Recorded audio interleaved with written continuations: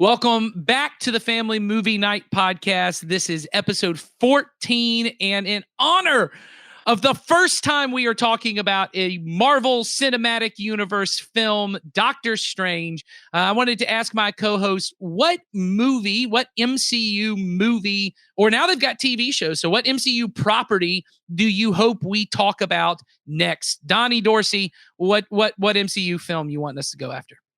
If I'm honest, I think there's definitely a couple that I'd like to see. I think Hawkeye, most recently, is a really good one that we could talk about. A lot of good family stuff in that movie. That show. Of stuff. I love tons of stuff.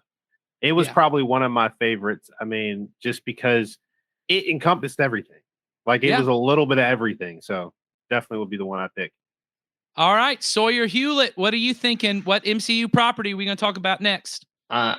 This is my go-to MCU answer for whenever someone asks me anything MCU related. I'm probably going to say Thor Ragnarok. That movie is my jam. Yeah. So all those crazy visuals along with Taika Waititi's Korg. I love Korg. So a lot of funny stuff, and Thor Ragnarok's got a lot of humor to it. It's definitely for a lot of people. I'll just tell you this: for bang for my buck, Thor: The Dark World.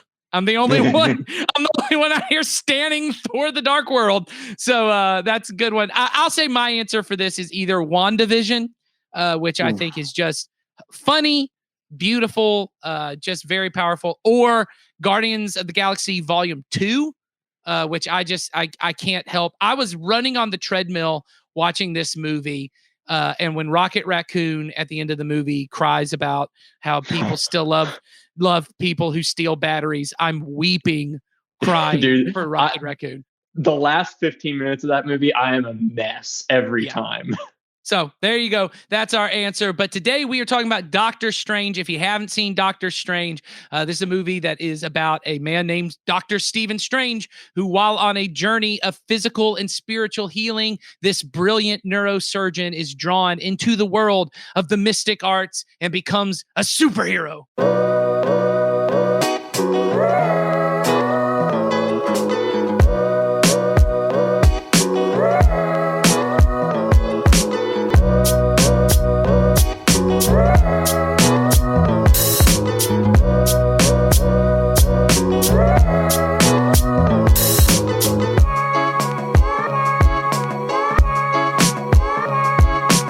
Well, welcome to the Family Movie Night podcast, where we want to help your family have better conversations around the content you consume. And whether you are a comic book nerd like me or not, more than likely your family is consuming some kind of superhero content, if not Marvel Cinematic Universe content.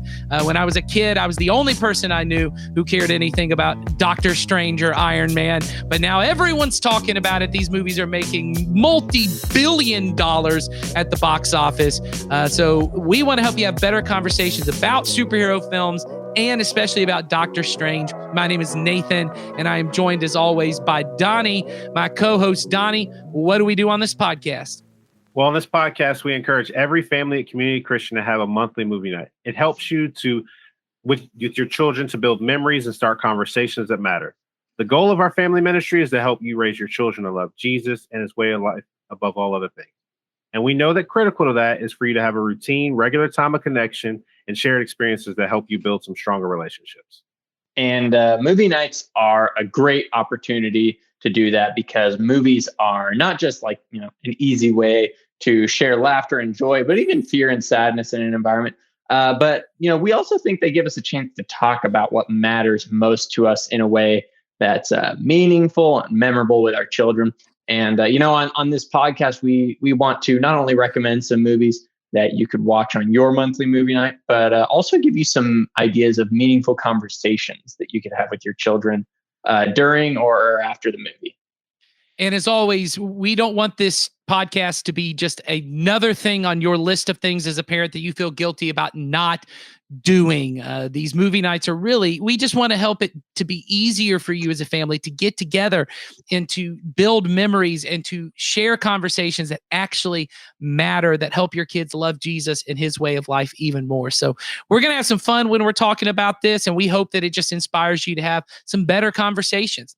And I'm very excited about this. If you don't know, one of the reasons we're talking about this movie is from the very first meeting we had about this podcast, I said, at some point we're talking about Doctor Strange. And this movie is coming out the day after my birthday. So this is my birthday present to myself.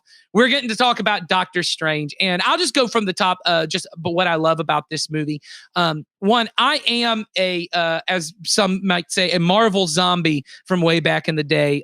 When I was about 8 or 9, I started reading comic books. And this was before really this was like the year that X-Men, the movie, came out.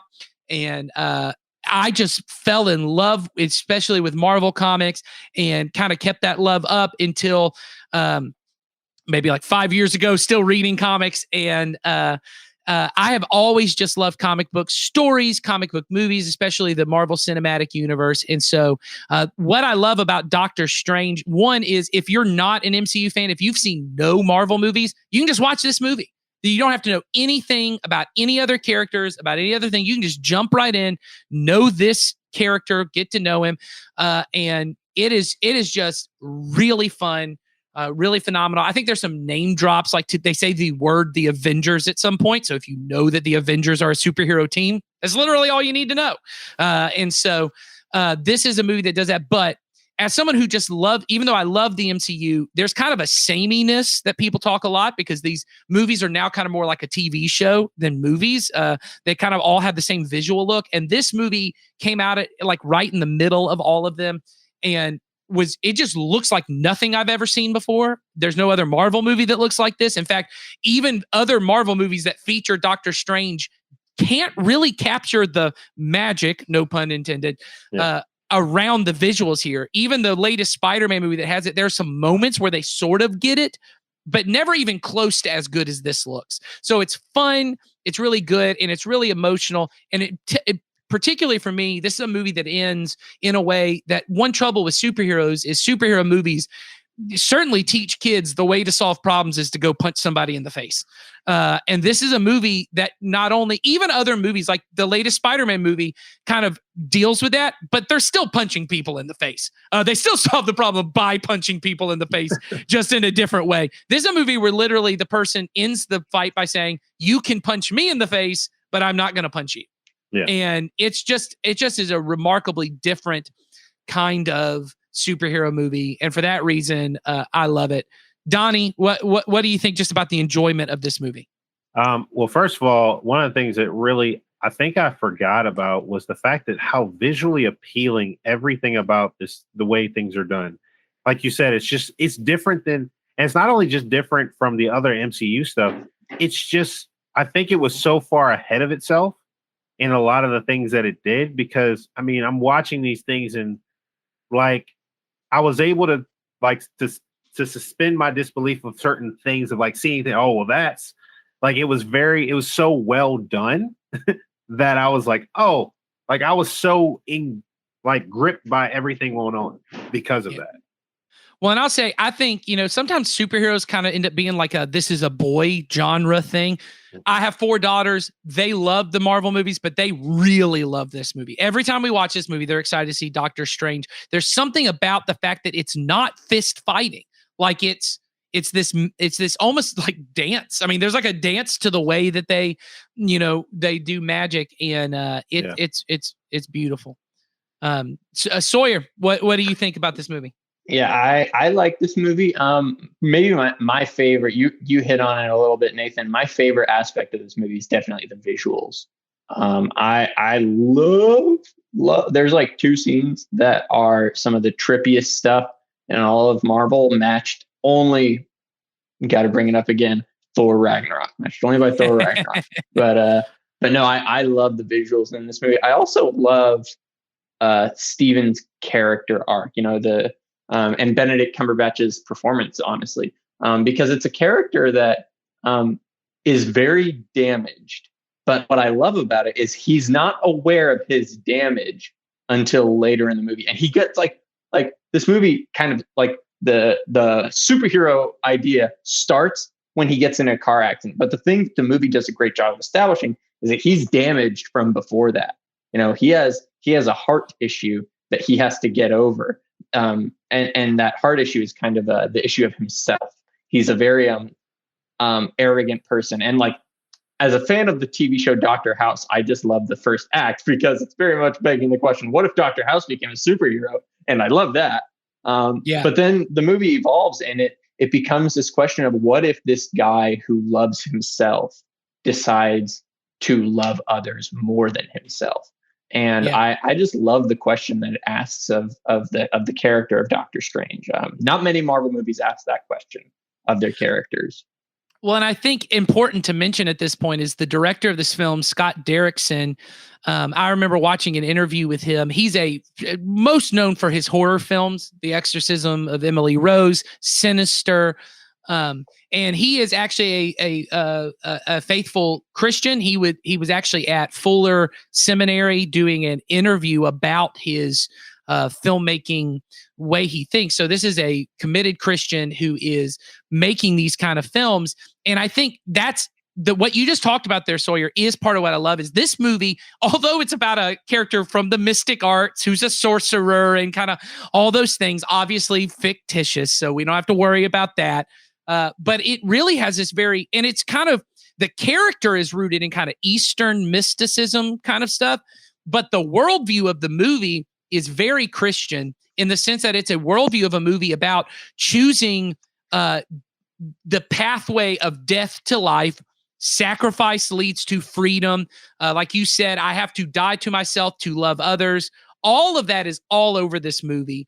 And I think that's really the themes that we want to talk about is how this kind of gets, I remember Martin Scorsese once said that filmmakers are smugglers, that they smuggle ideas into movies, that's their ideas. I'm making a movie about Doctor Strange.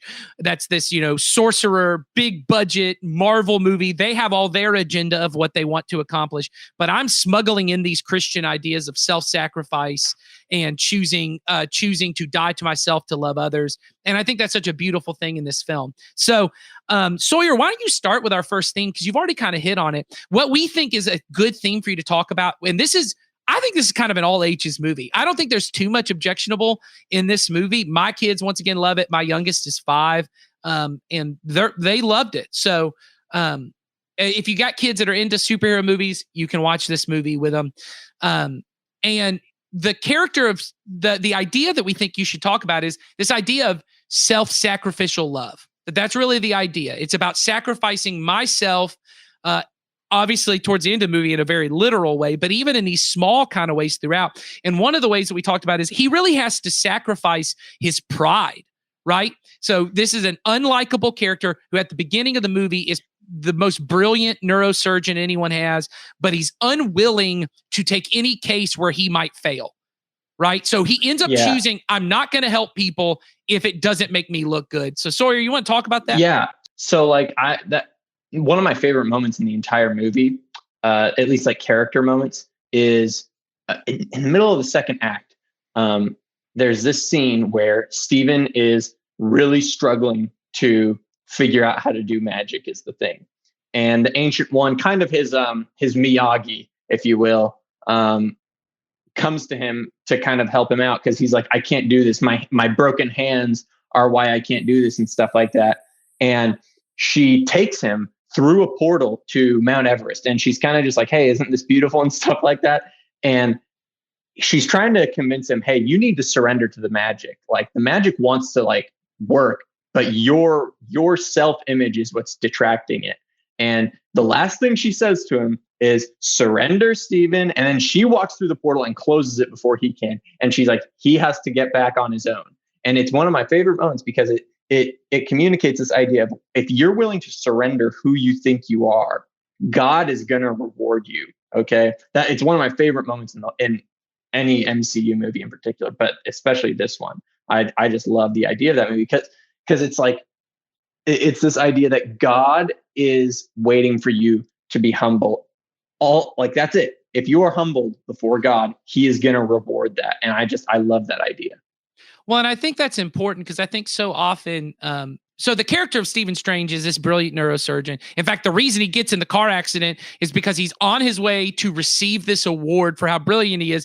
But he's texting while driving. He's looking at these X-rays or he's looking at these CAT scans and basically determining like, nope, that guy's too far gone, won't help him. Nope, can't help that person. He's looking for like the perfect thing that will make him succeed. Because in the end, even in his surgery and him helping other people, it's about him. It's about how good he looks. It's about what he gets out there. In fact, there's several characters. The character that sends him to this kind of what's called Carmartage, the kind of monastery where he learns all this stuff. He says to him, I actually came to you to ask for help, but you thought, there he goes, there was no glory in trying to heal me. You thought you'd fail. And by the whole movie is him really learning, I have to be humble. And in fact, the only way when he comes to the Ancient One to be healed, right? His hands are all broken from this car wreck. He comes to the Ancient One to be healed. And as soon as he walks in and realizes, oh, this is some kind of mysticism, spirituality, he starts talking down to her until she, one of the coolest moments in the movie, kind of does this astral projection, pushes his spirit out of his body. He goes on this mystic journey across all this very like psychedelic looking stuff. And then he's immediately humbled. He realizes I don't know as much as I think I know.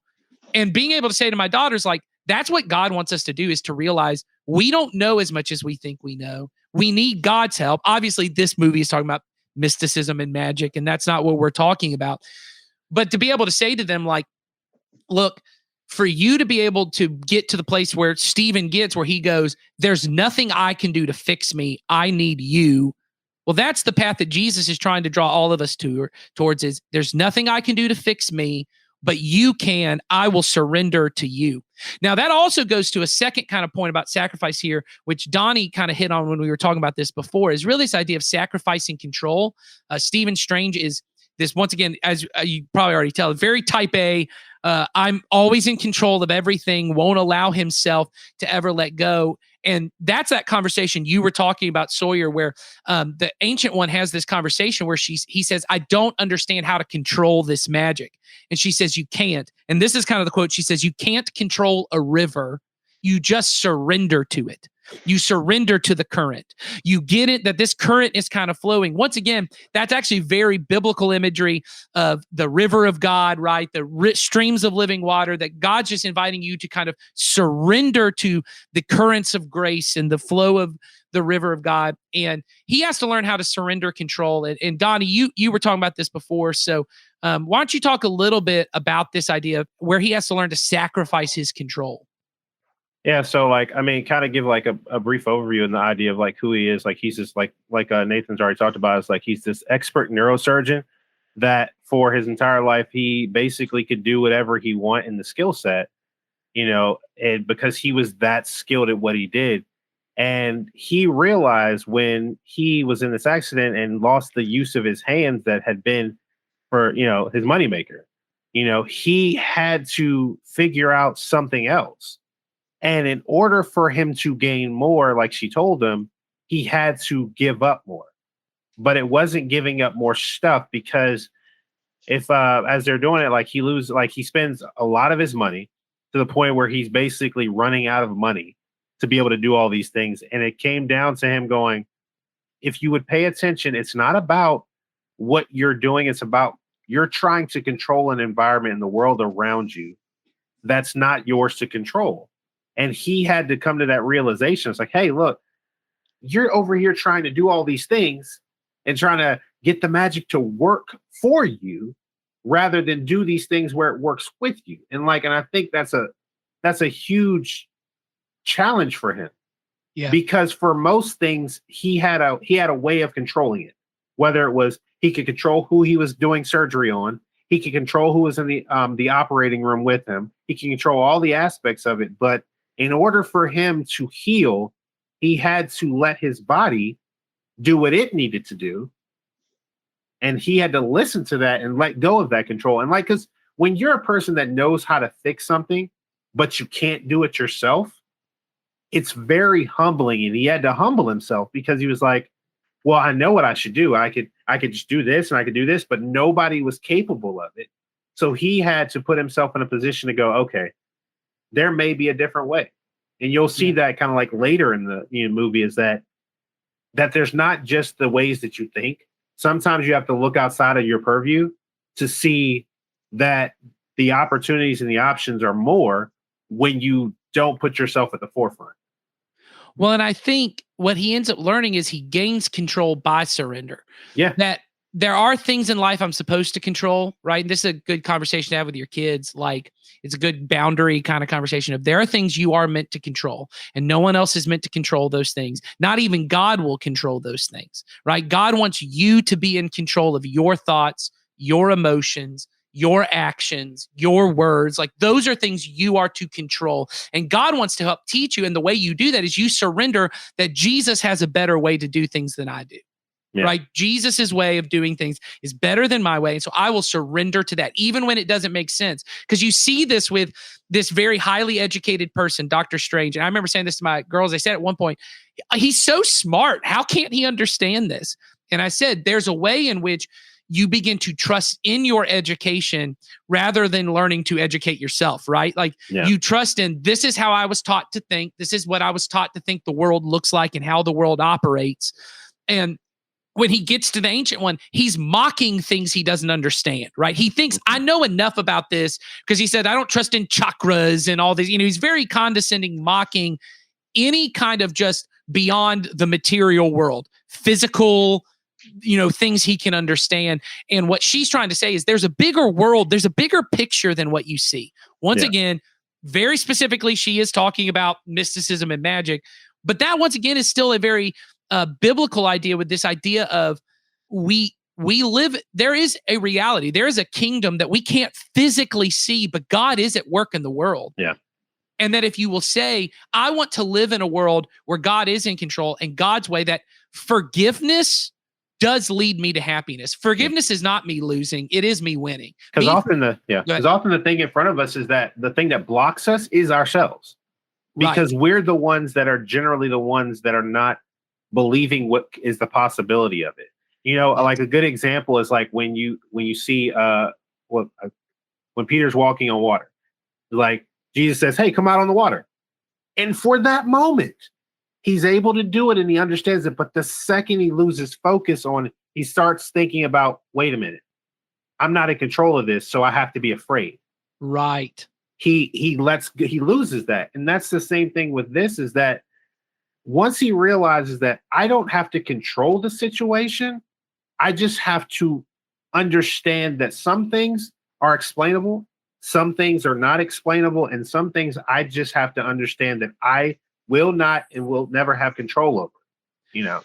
Well, and I think that's such a good example, Donnie. I'm glad you brought up the story of Peter walking on water, because it is when he looks at the wind and the waves that he loses it. And that is what you see with Dr. Strange's. And I said this to my girls at the end of the movie, his hands never get fixed. Yeah. And when he's fixated on his hands, as Sawyer said earlier, which I thought was great, was he's focused on, this is the damage. This physical thing is my damage. I have these hands that won't work the way they're supposed to. And he looks at all the magic is really done with hands, right? They're moving and they're doing all this stuff. And, and he's like, well, my hands can't do that, right? That's him looking at the wind and the waves. He's looking at what he can see and he thinks I can't do this. And Jesus goes, you keep your eyes on me, Peter, and you would have walked all the way to me. Exactly. Right. And I love that example with the guy with that that didn't have any hands. Right, he didn't even have it. Wait, I'm sorry. Can you come over here, please?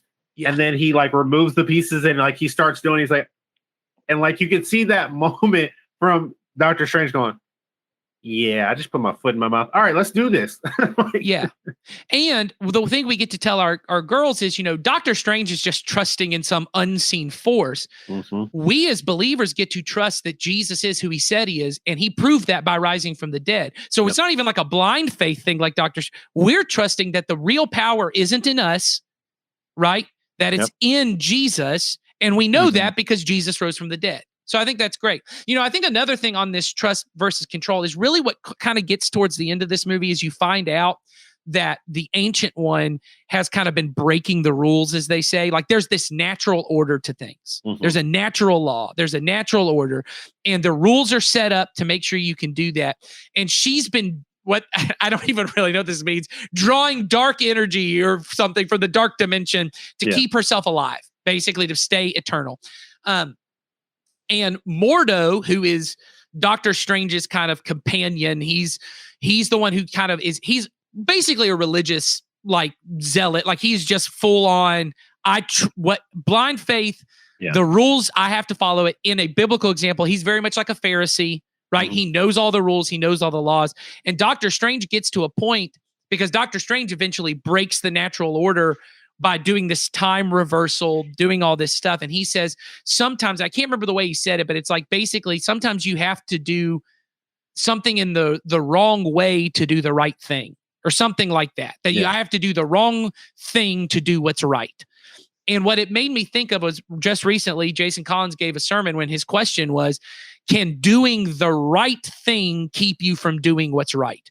That the Pharisees and Jesus, they had these laws that really they thought they were honoring God because they were doing things in the right way, but it kept them from what's right, which is loving other people. And what I loved was just an example of how this conversation, how these movies bring up conversations. My daughter, oldest one, looked at me after he said that and goes, that can't be true. Is that true? That you can do something in the wrong way, but it be the right thing? And I said to her, this example again, they just learned this. And I said, well, think about Rosa Parks. I said, think about Rosa Parks. It was wrong because it was against the law for her to not give up her seat. Mm-hmm. But did she do the right thing? And she said, yes. And I said, that's because what we know is what's just, what is loving. I said, sometimes there are unjust rules, or there are unjust laws, or there are things that may even be the right thing in most situations, but may not be the right thing in this situation. Now, that's a very complicated conversation to have with kids, because what we want every kid to think is, you just do the rules, you follow the rules, you do the rules. But what we really want are kids who are thoughtful and are able to do what's loving. So what were you going to say, Donnie? Yeah, because like it's that idea of when you're sitting in a situation where the right thing may seem like the most obvious thing, but it doesn't push forward the grace and the mercy and the love of Jesus in that moment. Because say, for instance, someone has done something that quote unquote blown up their life and all these things. And someone's like, well, they did this to themselves. Well, you could do that. Or you could say, you know what? You made this mistake. I'm not going to hold the mistake against you. We're going to move to the next step, and we're going to do the right thing, which is I'm going to help you. I'm going to support you to get to that next step. Right. Because I think in the culture at times it's the idea of, well, if they did that, that's on them. No, like the idea from what Jesus taught us is that we're a collective of like a community, which means if the body hurts, then the whole thing hurts or should hurt. But the opportunity, like the way that we're seen in culture, is that no, it's every person for themselves. If you fail, well, that's on you, and I'm going to keep it pushing. Whereas like if I see someone fall, I need to pick them up. Like you think about with the Samaritan, like I could have easily just walked past them because I got to get to church. But this person on the side of the road needs help. Yeah, but I'm gonna be late for my position. Kind of thing. Well, and the Good Samaritan is a great example, right? Because that's really what Jesus is getting to is, like for the Levite and the priest to touch this man would have made them unclean. They may not have been able to do their Levitical priestly role that was right. Yeah. They have to show up. People are counting on them to be there to offer sacrifices. But by touching this man and dealing with this, because he could have been dead and touching a dead body would have made them unclean. Mm-hmm. They go, it would be wrong for me to help him. Yeah. Right. And good. And on that note, like something I love about Mordo is the Levite or the Pharisee in the story of the Good Samaritan. Okay. They're like, he's like, I can't break that law regardless of how much pain it might cause that guy or whatever. Oh, well, he thinks that the greater good is preserving his purity. Whereas what I love about this movie is Doctor Strange is just like, I'm willing to plunge my hands into the temporal filth if it means saving the people that I care about and stuff like that. Well, and I think what's even so interesting, and they really get to this towards the end. This gets us into our next kind of sacrifice thing here. Which is obviously the end of this movie. If you haven't seen it, just go ahead and listen, because whatever, you need to know how to talk about it. But the end of this movie is Doctor Strange has this ability to control time that none of the other wizards, because it's against the natural law. And there's this evil force that is coming in to kind of wipe out humanity, but he exists beyond time. And so what Doctor Strange decides to do is to go to this character's dimension where there is no time, and basically create a time loop where this evil villain can kill Doctor Strange, but they're stuck in a time loop where he's going to kill him again and again and again. And I mean, it just keeps happening over and over again. And the reason that Doctor Strange does that is there's a conversation earlier where Mordo is like, we need to wipe out these evil villains that are trying to bring about the end of the planet, which I think most people would be like, okay, if I got to kill these 10 people to stop the planet from dying, then that's the right choice. But what Doctor Strange gets to is he says, I've taken the Hippocratic Oath. I've said I'm going to do no harm. He said there has to be another way. And Mordo is like, no, the right thing is these guys are evil. They must die. Because otherwise you're going to do the wrong thing, which is let this Dormammu villain come in and destroy everyone. And what Doctor Strange is, we have to be more creative than that. And what it made me think of is what a lot of Christians refer to as the third way of Jesus. Right? That Jesus comes into a situation that when he says, turn the other cheek, and he says, what most of us think is when a Roman soldier slaps you on the cheek, you feel like I have two options. I can fight back, probably go to jail or get killed, or I can just take it and do whatever and not say anything about it. And Jesus introduces, there's a third way to do this, which is to turn your other cheek, become an active participant and say, because the example Jesus gave is if someone takes their right hand and slaps you on your right cheek, which the only way to use my right hand to slap you on the right cheek is a backhanded slap. It's dehumanizing. In their culture, that was the way of basically saying you're nothing more than dirt to me. He said, what you do is you turn the other cheek and you say, hey, look, I'm not going to fight you, but you're at least going to treat me like a person. And that you enter into this and you look at kind of like the nonviolent movements of the civil rights movements where they would carry these signs that say, I am a man. Like, you don't treat me like I'm a man. I am a human being. I am a person. And I'm not going to fight you. I'm not going to attack you, but I'm also not just going to take what you give me. I'm going to come up with a creative, another solution to this problem. That's such a Jesus way of doing things. And the line that Doctor Strange uses is, Dormammu says, you can't possibly win. I'm killing you. And remember, his whole thing is he only takes opportunities if he thinks he can win. And what he says, and this is such a Jesus way of saying things, he goes, I can't win, but I can lose over and over and over again, which is the Jesus way. We're not trying to win. We're not trying to beat you. You're not our enemy. We want to love our enemies, but I can lose. I can give up. I can be humble. I can surrender. I can sacrifice again and again and again. And he ends up winning. And that ends up being the thing. And I said to my daughter, I said, that's such a beautiful way of seeing we don't have to fight people. We don't have to kill people. There are always other solutions. There is always a third way to love our enemies. Was that moving to any of you guys? Oh, yeah, absolutely. I mean, I thought, because I was immediately thought when he said that was the same thought I had. I was like, wow, like he's willing, because he said the statement. And then I think in one of the iterations of the loop, he said, but I can save the world. But I can save the people that I love. I can save everyone. Like, and it's like, he's like, I'm willing to lose and the thing you think about with his character, I'm willing to lose for the first time in my life voluntarily, or at least put myself in a position to lose if it means doing the greater good. And I love how they incorporate his Hippocratic Oath as a doctor into that. He's like, I will do no harm. Not intentionally, not ever intentionally. Yeah. And I love that. Sawyer, is any of that? No, yeah. Like I think about especially like how the movie led to that point is the thing. I think about the character of Caecilius. He's kind of the villainous presence throughout the movie. That he's kind of in service of the main villain, and he is a character that is super relatable to me personally. Because I always tell people when it comes because you are the villain of this podcast. Yeah, I haven't said that yet. You are the villain of the podcast, so I understand. I'm the Dormammu of this podcast. I'm not the Caecilius of this podcast. I don't know. Okay? I I'm think the you're alpha just dog.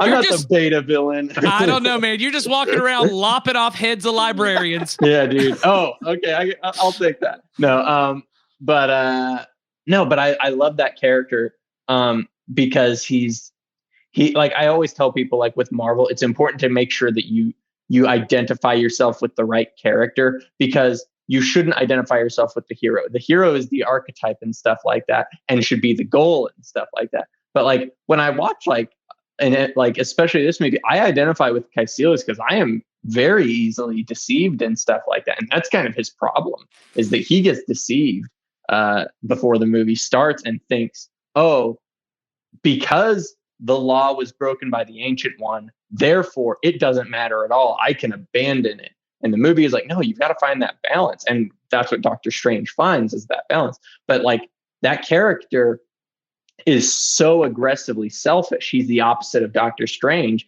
because he now knows everything that Doctor Strange knows, but has reverted back to his old self. And I love the parable of that character. Well, and I think, people often talk about this character, Caecilius, as kind of being one of the forgettable villains. But I really don't think he is. I think if you get what he's doing in the movie, he really is serving very much like Killmonger in Black Panther as a character that is relatable in that his idea is that death is offensive. He said that death is the greatest insult. The idea that we die and his idea of what eternal life is, which once again, it's the only movie I know of in the MCU that mentions eternal life. What he thinks eternal life is that I never have to suffer, I never have to die. And what Doctor Strange really understands is no, death is the doorway to life. That the way that there is no way to escape. And this is really Jesus's point is when he says, I want you to take up your cross and follow me. There is no way to fully escape the process of dying. It's just whether you choose, I'm going to die to myself or I'm going to allow time to kill me. I'm going to allow something else. And that Jesus says, I want you to go up on the cross with me and you will find out that that's a doorway to life. And so I think that's an important thing to say to our kids. And I used to say this to teenagers all the time, especially teenagers, is if you make your life all about you, that's all it will ever be about. And it will be a small life because it can only be as big as you. But if you will be like a seed and because every seed has to die to become something else.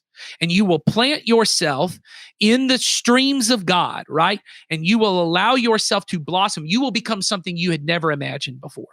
And that's really what I try to say to my kids is don't make life about you and what you want and what you want to get out of it. Don't be Doctor Strange at the beginning of the movie who's only focused on his greatness and his success and what he wants because he treats people terribly. Christine is trying to help him, right? This girlfriend character wants to help him. And one of the most heartbreaking moments in any of the movies is where she says something like, there's other things to live for. And he says like, what are you going to say? You? And it's so cutting. Yeah. And it's so biting. And you realize she's like, yes, other people matter.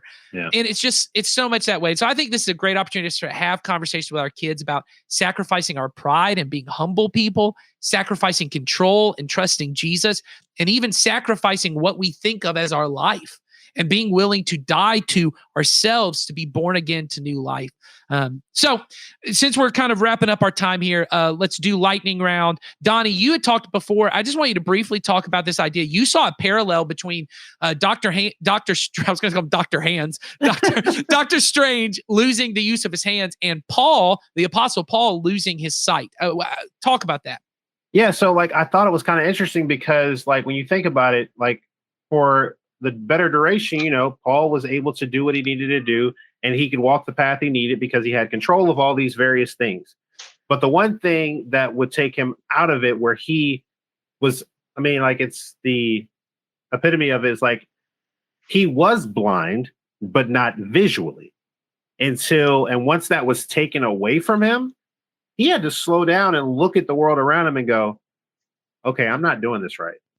And then he was able to regain his sight, but not in the sense like in that one, of course, like he regained full control of his sight, but now he had a better vision of the world around him, whereas like in Doctor Strange had the same exact situation where for a long time, he was an expert with his hands and he could do all these things as a neurosurgeon.